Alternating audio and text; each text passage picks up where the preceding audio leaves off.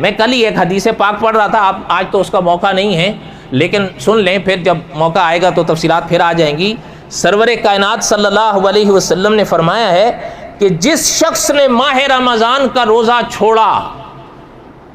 حضور نے فرمایا وہ ساری زندگی بھی قضا کرتا رہے، وہ ماہ رمضان کے اس روزے کا بدلہ ادا نہیں کر سکتا۔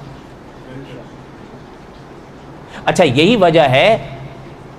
حضرت علی رضی اللہ تعالیٰ عنہ جیسی شخصیت اس طرف ہو گئی تھیں کہ روزے کا فرض یعنی قضا کوئی نہیں ہے، جو روزہ جان بوجھ کے چھوڑا جائے۔ حضرت علی رضی اللہ تعالیٰ عنہ اس طرف ہو گئے تھے،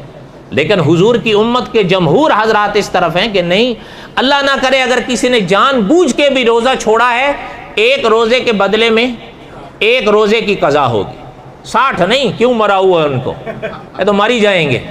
ایک روزہ دیکھیں، وہ جو بات کہہ رہے ہیں نا، یہ یاد رکھی گئی ہے، اس دن بھی ایک دوست کہہ رہے تھے، ایک ہوتا ہے روزہ چھوڑنا، ایک ہوتا ہے روزہ توڑنا۔ 60 روزے توڑنے کے لیے ہوتے ہیں، اگر خدا نہ کرے کسی نے روزہ رکھ کر توڑا ہے، یہ 60 روزے، لیکن کسی نے رکھا ہی نہیں، اس کا علماء نے لکھا ہے ایک کے بدلے میں ایک، وہ معاف نہیں ہوں گے، معاف کیجیے گا۔